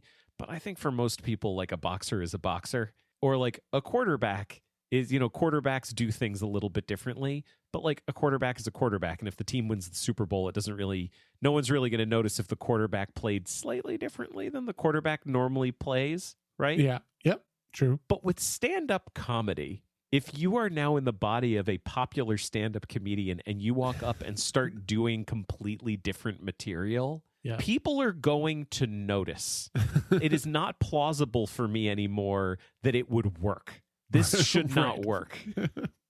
I mean, they do address that a little bit in that. Okay, so his manager in this one, Whitney Daniels, who's played by Frankie Faison, one of the greats, just happens to see him performing as Wellington at a club and like gets up and yells at him for stealing Lance's act, you know, like this poor dead kid. So like they do address it at that moment, and it's pretty funny. I also just want to say that like Frankie Faison's great. I think that he and Chris Rock's rapport in this one is, not as good as some of the other ones, but I mean, in terms of the relationship between the main character and the manager character, this one falls in the delightful region, I think. Mm-hmm. And it's not as solid, but I like it. Yeah. Anyway, sorry. Yeah. There's a lot. Frankie Faison is one of many people in this movie who are better than this material. Yeah. The wife in this is like Wellington's wife is Jennifer Coolidge. And she's better than this material. Eugene Levy plays the angel, and he's better than this material. And Regina King plays the love interest, Santi Jenkins, and she's better than this material. Much better, yes. Yeah. Like, there's a lot of people who are better than this material. I do think that Jennifer Coolidge as Mrs. Wellington and Greg German, who plays Sklar, who's like the secretary character in this one, the two of them have good chemistry, I think. Here's the thing. I'm going to say something right now that I can't back up because it's completely subjective. But so I don't want you to think that I'm trying to like prove you wrong. I completely disagree, and I think they don't have any chemistry at all. But like, how do I back that up? I can't. No, I think it's your feeling. That's just my opinion. Like, look, I was like 18 and I thought they were hilarious. And because I thought that then, I still do now. Just deal with it. Now I just see every other version. Like, it's not just like Charles Grodin and Dyan Cannon are the only ones that are good. Every other couple I thought was better than them. Anyway, I just think in so many ways this movie is a downgrade from all the other versions before, and specifically the 78 version. Like, okay, Mr. Jordan, they've changed completely. And we have not mentioned Chaz Palminteri at all. Right. He's just Chaz Palminteri all over the place. He plays King. Right. And Eugene Levy is Keys. Yeah. He's not Mr. Jordan at all. Kind of like the way I was talking before about how Tony Franciosa and Joey Bishop are like, they've got kind of a Rat Pack vibe. Yeah. But like, that's because Joey Bishop was in the Rat Pack. Like, Chaz Palminteri has kind of a Rat Pack vibe, but more in the way that like modern filmmakers are like, I like the Rat Pack, so I want to have that vibe. And I don't think it works in every way where Mr. Jordan was kind and soft-spoken and confident and capable. King is not. He's kind of creepy. He's pretty sexist. When he's presenting heaven to Lance, it's like it's a casino, basically. Like, it's a giant party. Like a nightclub casino. Yeah. And he's saying like, yeah, welcome to heaven. Everything's great. The drinks are always good and the ladies are always hot. And it's like, well, I thought the ladies are they dead too? Are they dead people? Because that's not cool. Don't talk about them that way. When Greg German and Jennifer Coolidge, there's a scene where they're making out and he's like skeezing on them. Yeah. And it's creepy. Yeah, it's not great. Yeah. Also, he puts him in Wellington's body and he goes, hey, it worked. And Lance has this like, wait, what? You didn't know it was going to work? And he's like, I read the manual. It's like, why is making him not confident part of it? And so it's a totally different character than Mr. Jordan in every other version. And it's not fun. Like, I don't like it. And I tell you, it does, like, I was thinking this, like, when I was watching it, it does kind of lend itself to my whole thing about being mad. Like, at least this one also, it like really seems like they're making it up as they go along. Yeah. But yes, I know what you mean. Can I just say, like, my biggest problem with it, like, coming out of it, and it goes, because nothing that I've said so far is my biggest problem with it, even though the sports thing, it is at one point, by the way, they make a really ballsy decision, which is to have Lance directly compare stand-up to boxing. Right. I forgot like, about that. All it's doing is reminding me that it's not boxing and it's not football. It's very much an adaptation of the 78 version. And the last scene plays out pretty similarly in this between Santi and Lance. But Santi doesn't figure out what's going on. She doesn't. She knows that there's something, but in the way that Julie Christie's version of the character, the way they made that happen and the way they made it work with her being like, I recognize that there is something happening here because of specifically the thing that Farnsworth told me before he died.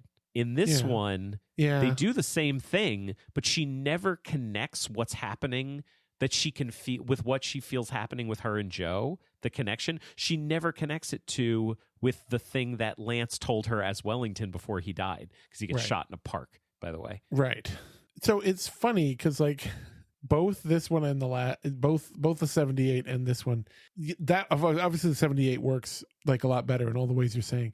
But what I do find it funny is that in both cases, like when they bump into each other, when you know Betty or Sandy, like they're bumping into the main character who has now lost his memory and turned into this other person, as they're going to find the manager character, and they get stopped from doing that by their bumping into them to the main character and having their moment and all this stuff. But I always think it's like in both those cases, like there's a good chance that they're going to see the manager character like the next day and probably for a while because the person's career is taken off, you know, and this is their new girlfriend. So like they're probably going to be around each other for a while. And so I bet you like the next day they have a conversation, and like if those two characters talk, then the female lead character definitely, I think, would know what's going on. Like they'd figure it out. Like I love that 2001's Down to Earth has you as a defender, coming up with this beautiful bulletproof headcanon to explain why they didn't need to do something. I think that they happens in the 78 too, but the 78 one doesn't need it as much. No, like it doesn't need the headcanon as much, where this one does. Like I'll absolutely give you that. Mm-hmm. But I feel like the same thing happens in the 78 one. Like, yes, she has an idea that something magical is going on. The next day, she's going to talk to Corkle and she's going to know something magical is going on. And, I think that's true in the 78 one too. But unless Corkle doesn't want to bring it up because he doesn't want to be reminded. Yeah, maybe. I just think it comes out, and I feel like, it ends better because everyone knows what's happening. This is a poor movie that is poorly made. It's a lot of fun, everybody. But I tell you what, 2000's Ice Angel makes 2001's Down to Earth look like 1978's Heaven Can Wait. Oh my God, this movie. I'm so excited. I've been waiting this whole episode to talk about this movie. Because again, okay, it's not Heaven Can Wait. Yeah, not really. But it's basically Heaven Can Wait. Like it's close enough that they could take so much of what makes Heaven Can Wait memorable instead of, making a whole new story. Yeah. But far enough to avoid getting sued. Yeah. It's like a person dies and it was like they shouldn't have really, and it's the afterlife's screw up. Yeah, and so they need to make it right. They have to put him in another body. Yeah. And that is all the same. Right. But everything else in the entire feel and theme is very different. The rules are somewhat different. Mm-hmm. It's the most different because it's not really an adaptation. Yeah, and you might be asking, so why are we talking about it? Well, because I need to tell you all about 2000's Ice Angel. Because we had to watch it, and now we have to tell you about it. Yes. Because it's bonkers. Also known as On Thin Ice Going for the Gold. Yes. So this was directed by George Ershbaumer. It was written by Phil Valentine, Rob Kirshner, and Scott Sandin. No credit given to anything before, because again, not Heaven Can Wait, but boy, it's Heaven Can Wait, because we meet this guy, Matt Clark, played by Aaron Smolinski, and he is an Olympic hockey player, and he's gonna go play at the Olympics, and it starts off just like every version of Heaven Can Wait starts off, with this athlete who wants to do good, and he's a nice guy, and he's playing a game and he gets hit in the head with a puck and dies. It's very dramatic. Yeah. Yeah, his girlfriend's in the stands screaming in a very, very dramatic way. Yeah, it's too dramatic. Her scream is too dramatic. She put a little too much mustard on it. Yeah. Yes. He seems to be in the same pre-Olympic hockey division that I believe was featured in Mighty Ducks 2 or something, where it's where you face off against these other countries' teams, but this is pre-Olympics. Yeah. I'm not sure if that's getting real. Ready. Might be. By the way, I just want to let everybody know, because it's important to me. Our son was asking us about different countries. He was asking us about Iceland, and I said to him, well, I can tell you this. Greenland is full of ice, but Iceland is very nice. And I know that because of D2, The Mighty Ducks, and I will never forget. Damn right you do. That's a better movie. I wish we could have just watched D2 instead. Yeah. Tell me about it. So he dies. He goes to heaven. There's an angel who's in charge. There is a Mr. Jordan character who feels like Mr. Jordan. Mm-hmm. And then he says, hey, just so you know, I never even said this. In Here Comes Mr. Jordan, the line they keep using, and in the play, I think, the line they keep using, that Joe keeps using to describe what the messenger, angel did pulling him out, he keeps saying he pulled a boner, which is an amazing phrase. One of those funny things that they used to say back then that we think is so funny now. It's so good. It's so good. And it kills me that I can't use it anymore. Yeah. So basically, this guy says to him, hey, we pulled a boner. I need to introduce you to Alan. Yeah. And he introduces him to Alan, who's a different angel. And we find out that it's not Heaven Can Wait. It's different, because it is Alan, this other angel who's lower down in the org chart. It's his fault, but it's not because he pulled him out too early. It's because he was there to collect a different guy and ended up flying in the path of the puck and caused the puck to hit Matt in the face and killed him. It's like literally his fault. Like he literally killed him. Yeah. Which is, it's never, Messenger 7013, it is never his fault that the plane's going to crash. That is never his fault. His fault is that he got a little too excited. He got overzealous, So again, it's different. It's not Heaven Can Wait. Don't sue us. So they want to make it right, and they say, we're going to get you a new body. And he says, and because Alan says to him, you wanted to win a gold medal on the ice, right? And Matt says, yeah. And he's like, okay. I'll make that happen. It's like a trick. It's like the classic, like, you know, the genie mishearing you, or you not being more precise about what you want. Because he's basically like, I want to win an Olympic gold on ice, assuming obviously they would know he's talking about hockey. Obviously, but maybe not so obviously. Two things: one, I want to say what happens next, but two, it didn't even occur to me until right now, and it kills me that I wasn't watching the movie through this lens. Mm-hmm. It is a very rah America movie because it takes place during the Olympics, and so there are many people chanting USA, USA. It's a Canadian movie. Like, this is a movie made by Canadians, but they're definitely making fun of us. I think that realization just made me like the movie a little bit more. Maybe this is a secret masterpiece. In fact, I didn't expect it to be satire. That's the thing. Like, it might be satire. Yeah, it's interesting. But the second thing is that it is a monkey's paw situation. It is the genie situation that you're talking about. Alan puts him in the body of a skater who is on life support and is brain dead. Mm-hmm. And her name, her name is Sarah Bryan, and she is an Olympic figure skater, and she is played by Nicole Tom. Sarah is being visited in the hospital by someone we assume is her friend, Tracy Hannibal, played by goddamn Tara Lipinski. That's right. There's a bunch of figure skaters in this movie. Nancy Kerrigan's in this movie too. Yeah, she's got a couple lines. Yeah. Matt is now in Sarah's body. Again, everybody, hey, we're not Heaven Can Wait, because it's not Aaron Smolinski that we see the entire time. It's Nicole Tom. Yeah. Now, of course, that means she has to act like Matt's soul is inside her. What a performance. Would you say, I mean, like, apart from the fact that this movie is just trash and is, like, horribly made and really, and I understand that's incredibly negative, but, like, it is, can you just please let everybody know that I'm actually being fair right now? You're being fair. It's extremely poorly made.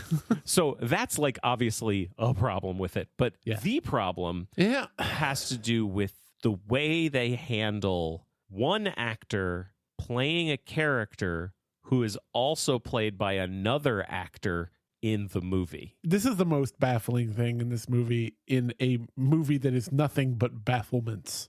Matt Clark, the character in the movie, is just like, is he very athletic, masculine energy? Yes, but he's just like a regular guy with like I would say like kind of a non-specific American accent. Yeah. You know, just a clean-shaven, regular, like, American man. Right. And he's a jock, but he's also, like, kind of nice. Yeah, but he's like a leader. Like he the only time he's mean in order to rev people up. Right. He's got that thing. That's like the one like uber masculine thing about him. And you know, but otherwise he's just a regular man. And like Joe in all the other versions, he's very into health. He's always making healthy shakes. Like, that's how we meet him. Is he's very like, I am a jock and I take care of my body, and that is the most important thing. And also, there's nothing I love more than hockey. Like, that is the most important thing. He's very passionate. Yeah. I don't know. Like, I don't like to besmirch people's performances. And I'm sure it was just for comedy's sake. I mean, I think most of the decisions in this movie are for comedy's sake. We just described Matt Clark. The person who is in, like, Sarah's body seems to be an entirely different person. Yeah. And honestly, the person that I most felt like this was, I'm going to tell you now. Okay. I don't know if Nicole Tom maybe thought that she was told for the script that the person that was going to be inhabiting her body was Tony Soprano or something. But like this is like a lumbering, like, she acts it with this like It's very Gandolfini. This It really lumbering thing. She loves cigars. Like she steals a cigar from the doctor and is like smelling it a bunch of times before, like later on, she eats a bunch of junk food and watches hockey while smoking a cigar in her parents' house. Like, and by the way, the entire time, every time she speaks, she has a New Jersey accent. yeah, exactly. Yeah, so sorry, that's the most important part. It's a like she's doing a New Jersey accent. Please understand that the Matt Clark character that we have met doesn't look like he's ever touched a cigar, let alone like smokes them on a regular basis and loves them. Mm-hmm. It's nuts. It's wild. It's really wild. There's one scene where I feel like they do too much to draw your attention to it, and it's a scene where Matt and Sarah are both on screen at the same time because Alan is there. The angel, he shows up every now and then. The Mr. Jordan character is only in that one scene at the beginning. Alan is the angel we see for the rest of it. And he's there real quick at the end. Is he there real quick at the end? He like pops in. Alan and him are in the stands of the Olympic thing watching her do her final. Right. Yeah. From what I remember, like Alan kind of pushes Matt out of Sarah's body. So there's a thing where Matt is like behind Sarah and we see him and he is acting. He is saying lines and then he gets put immediately back into Sarah's body. And then the character continues to talk, but now talking as Sarah. And it is never crazier than this moment. How different these two versions of the character are. That closely juxtaposed, like in your view, in like a performance in your field of view, and it's so funny. It's bonkers. It is bonkers. Like, this is a movie, as I said, with Tara Lipinski and Nancy Kerrigan in it. But honestly, the most important thing to talk about is Nicole Tom's performance as Tony Soprano. You're absolutely right. It is the most important thing. So the whole thing that happens is months pass while he's preparing for the Olympics. Of course, what he needs to do is he needs to go to his coach, Alan Thicke, and say, I need to, like, he's like, no, I need to be a figure skater. And the thing he finds out is that Sarah was actually a shitty person and everyone hated her and has no friends. So he ends up becoming friends with all of the other skaters on the team. And they all like Sarah now. And months pass. Finally, he gets good at figure skating at an Olympic level. Yeah, because apparently this is the cutting edge now. Yeah, I mean, like, well, it's because he and Tara Lipinski's character like fix their relationship and they become actual friends. Yeah, she really trains him how to do it right. Yeah, Tara Lipinski surprised the hell out of me. Yeah. No, I mean, best performance in the movie, that's for sure. Absolutely best performance in the movie. And this is a movie with Alan Thicke in it. And Tara Lipinski is the best performance. You'd think Alan Thicke, but really, like, he was in like 12 of these this year, probably. He was really phoning it in, I think. No, like, because Tara Lipinski, she's like fine the entire movie, but then at the end, she gets like a speech. She has to do a big emotional speech where she reveals to Sarah like how much she hates her and because of how shitty Sarah has been to her and how she was excited that Sarah was in a coma because Sarah was so awful. Like it's genuinely emotional and Tara Lipinski does a good job. And you know what? Bravo. Yeah. That's impressive. Good work, Tara. But anyway, back to the bullshit. They get to the Olympics and Matt in Sarah finds his best friend, Ray, who was the other guy who was on the team. He's the goalie for the U.S. hockey team. And Ray, he thinks that Ray is dating his ex. And also she's pregnant. Oh, no. And he's like, how you moved on they so moved quickly. On quick, yeah. Yeah, because Matt is a fucking idiot and doesn't understand how time works.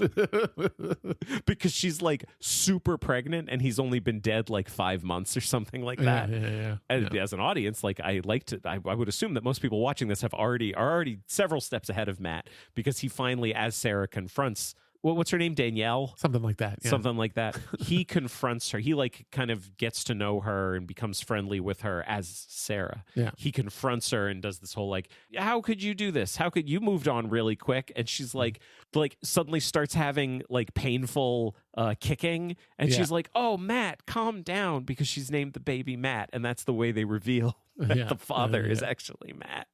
And that Ray is just a good friend and is just helping take care of her. There's no part of this that is satisfying from a storytelling perspective. None of this. There's not a moment that works. Especially since they also end that scene with him being like, well, maybe you and Ray will get together at some point and get married. something like that. And Danielle's like, oh, you think so? Like, yeah. So let's talk about the end. Give me your thoughts about the end. So Sarah, who's really Matt, goes and does the routine and is able to do the triple axel. I don't know. Triple spinny. Nails it. And the way they handle the like post win is to roll the credits.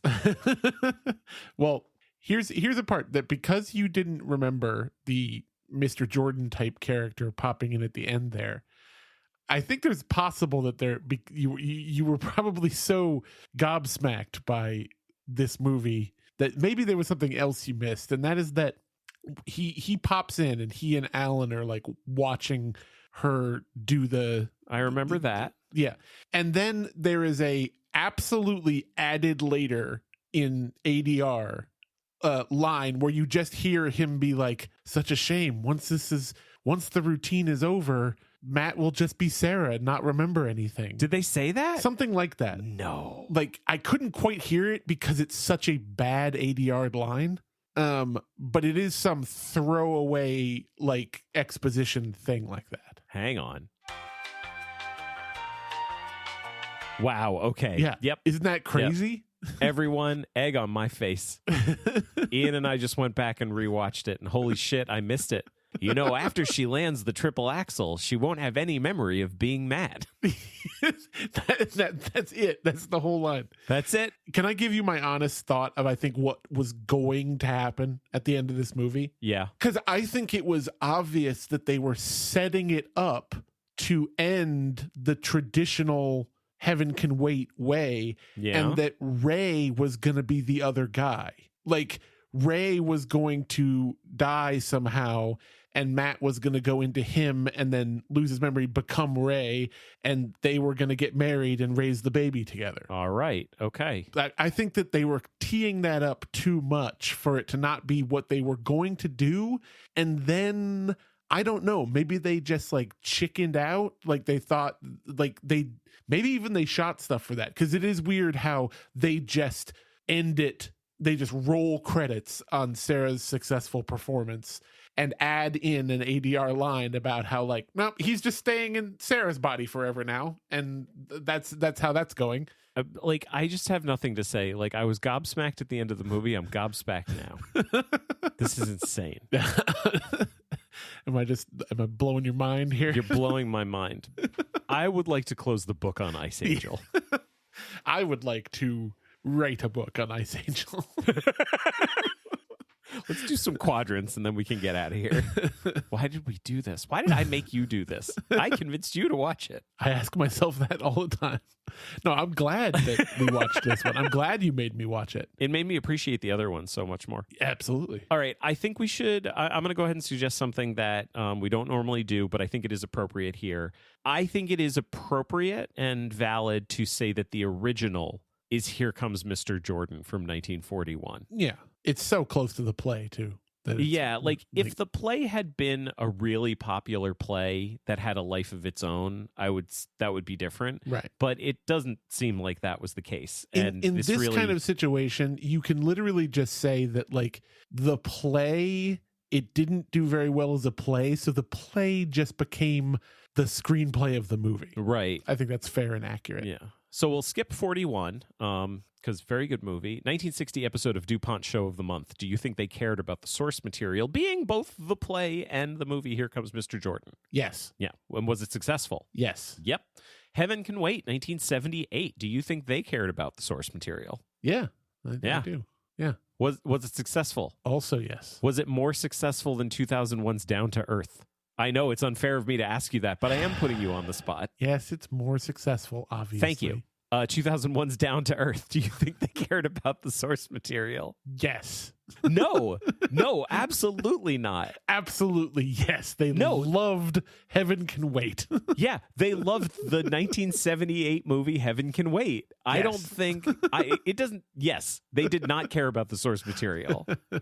Okay. It would not surprise me if none of them had seen Here Comes Mr. Jordan. That would not surprise me at all. Yes, I agree. Now, Ian, I am going to ask you two questions right now, and I promise it's two questions. This is quite out of the ordinary. Was it successful? No. I'm sorry to say. Does it mean something to you? Yes. Great. Cool. Thank you. Ice Angel, do you think they cared equally about the source material and also not having to pay anyone for the rights to the source material? No, they didn't care. No, I think they did. I think they cared greatly about not paying the rights for the source material. Yeah. They changed but it the just other thing, enough. Not so much. Obviously, it wasn't successful. No. Well, this has been Adapt or Perish. If you'd like to find us online, the best ways to do it are to go to our website, adaptorperishcast.com, and go to our Patreon page at patreon.com/adaptcast. You can join our Patreon page for free to get updates on new episodes that we're doing and new releases. And if you decide to become a patron, there's some bonus content and access to our fan community that you'll be able to get. You can find and follow Ian and myself on Letterboxd. The show is also on Mastodon and Blue Sky, and you can always send an email to adaptorperishcast@gmail.com. If you'd like to support the show, there are a number of great ways that you can do it. First, tell a friend. Second, a rating and review on your podcast platform of choice would be greatly appreciated. Third, as I mentioned, we are on Patreon. Finally, if you go to bookshop.org/shop/adaptcast, we've created a storefront where you can purchase all of the books we've covered on the show. Part of every purchase will support us and a local bookstore of your choice. Thanks, everybody. So, peek behind the curtain. This doesn't happen very often, but we recorded a little out of order. So our next mini episode that's coming up is Death at a Funeral, which we've already recorded. Yes. And the remake of Death at a Funeral from 2010 stars Chris Rock. Sure does. A little Chris Rock double feature. And if we had done this all in order, I think it would have changed that episode. Yeah, I think so too. We definitely have different things. Because, here's my number one thing that I am now sad is not in the mini episode that's coming up, so I'm going to say it now. It is crazy to me that Chris Rock has never made an appearance on this show. He is now making 2 appearances in a row, and both things that he's in include references to Dreamgirls. Yeah, it's quite a coincidence. Wild. I mean, he probably just loves Dreamgirls. I mean, who doesn't? Yeah. I mean, he's like a heavy hand in writing both of these things, I assume. Yeah. Even if it's just on like an improv or punch-up, stance. So I bet he loves Dreamgirls. I mean, we didn't even talk about the Dreamgirls reference in the Death at a Funeral episode. Yeah. So I just want everyone to know, I'm real sorry if you love Death at a Funeral and you're like, the Dreamgirls reference is my favorite part, and you listen to that episode and you're mad that we didn't bring it up. That's why. Yeah. FYI, didn't think it was important. Bye, everybody. Bye.